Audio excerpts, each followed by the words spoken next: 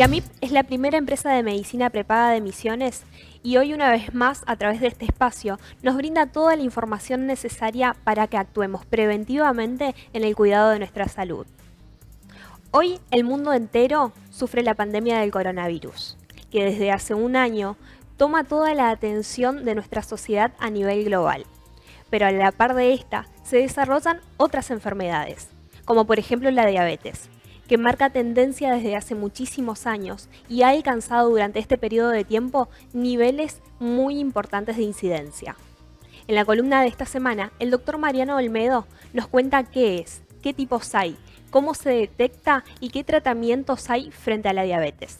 Te invito a que lo escuchemos. Hola a todos, ¿cómo les va? Soy el doctor Mariano Olmedo, presidente de la Fundación Círculo Médico de Misiones, y nos encontramos acá una vez más para hablar de factores de riesgo cardiovascular y enfermedad cardiovascular. Hablamos de hipertensión, hablamos de colesterol, hoy vamos a hablar de diabetes, una enfermedad que enferma los órganos nobles parecido a los otros que veníamos hablando hasta ahora.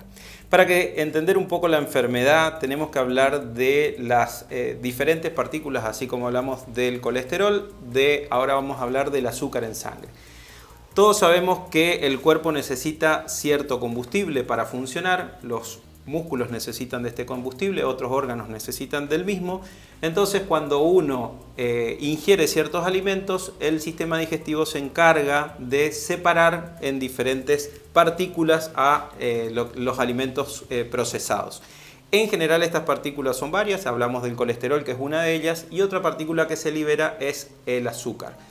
En general, si bien uno habla de azúcar, la glucosa es un tipo de azúcar que el cuerpo utiliza como energía y que el hígado transforma en otra partícula que se llama glucógeno para poder almacenarla, para tenerla para después. Cuando uno come cierto alimento y los niveles de azúcar en sangre empiezan a subir, en general tenemos un órgano que se llama páncreas que secreta una sustancia que se llama insulina, que básicamente lo que hace la insulina es decirle a los órganos que el azúcar o la glucosa está en sangre y que lo pueden usar como combustible. Ahora, existe cierto problema entre este metabolismo o balance entre el azúcar y la insulina, y cuando aparecen estos problemas aparece una enfermedad derivada de este desbalance que se llama diabetes.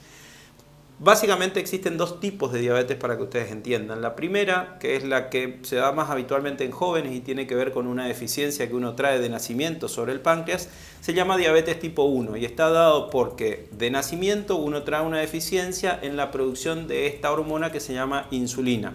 Por lo tanto, cuando uno come y libera cierta cantidad de glucosa a la sangre, el páncreas es incapaz de secretar insulina para decirle a los órganos que ocupen ese combustible, y los niveles de azúcar suben muy rápidamente y se mantienen altos en sangre. La otra forma de diabetes está dada por una deficiencia inicial o una resistencia de los órganos a la función de la insulina, lo que hace de que cuando el azúcar o la glucosa sube en sangre, los niveles de insulina también suben, pero son insuficientes para decirle a los órganos que ocupen a la glucosa como energía. Es así que en el primero ustedes van a ver que tenemos glucosa muy elevada, pero insulina baja, y en el segundo vamos a tener los dos alterados. Vamos a tener glucosa o glucemia muy alta e insulina también muy alta. Los dos espectros de la enfermedad, tanto la primera como la segunda, son dañinos. Tanto el azúcar alto en sangre como la insulina alto en sangre son dañinos para el cuerpo y provocan lesiones en ciertos órganos. Los órganos más habitualmente deteriorados, que se deterioran con esta falta de metabolismo con la glucosa, son muy parecidos a los que o son los mismos que atacan los otros factores de riesgos: el cerebro, el corazón, el riñón y las arterias específicamente, provocando aceleramiento en la aterosclerosis, en el envejecimiento de esas arterias, y un envejecimiento prematuro que lleva posteriormente al deterioro de los órganos. Por ejemplo, para que ustedes sepan, la ceguera determinada o llevada a cabo por la diabetes a través de un deterioro en las diferentes componentes del ojo es una de las formas más habitual de ceguera adquirida que existe en el mundo. Lo mismo pasa con los pacientes en diálisis. Ustedes van a ver que los pacientes en diálisis, tanto la hipertensión como la diabetes, son los causales más habituales de que el paciente tenga deterioro del riñón y llegue al estadio de necesitar diálisis para suplementar esta función del riñón. El tratamiento de la diabetes, al igual que el de otros factores de riesgos, incluye una serie de pautas, entre las que están las pautas alimentarias, y en esto muchas veces es necesario que el paciente tenga un apoyo porque las pautas alimentarias son muy variadas.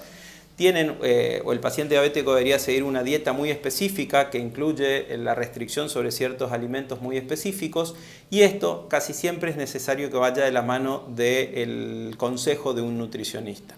La actividad física regular es muy importante, ya que al estimular a los músculos al hacer ejercicio, predisponemos a que estos usen la glucosa que está de más en la sangre como energía, y así disminuir los niveles de glucosa en sangre si es que estos se mantienen elevados cuando la insulina no puede funcionar. Y tercero, como en cualquier otro, la medicación. La medicación es muy importante. Ustedes saben que existen desde medicaciones que son pastillas, lo que llamamos nosotros hipoglucemiantes orales, hasta la insulina, que es una medicación que se inyecta y que lo que hace es suplementar la falta de insulina que el paciente tiene endógenamente. Y esta medicación es muy específica para cada paciente, y es fundamental que exista un especialista que se la indique y que el paciente cumpla siempre con las diferentes formas de tratamiento farmacológico para lograr un buen resultado. La prevención de las complicaciones es lo que buscamos con el tratamiento, sobre todo con el tratamiento farmacológico, y la prevención de estas complicaciones se va a dar o va a ser mucho más importante si tenemos en cuenta que si el paciente tiene otros factores de riesgo, podemos actuar también sobre otros factores de riesgo que están potenciando a la enfermedad en sí. Soy el doctor Mariano Olmedo, presidente de la Fundación Círculo Médico de Misiones, para hablar de enfermedad cardiovascular y factores de riesgo. Los espero en la próxima charla.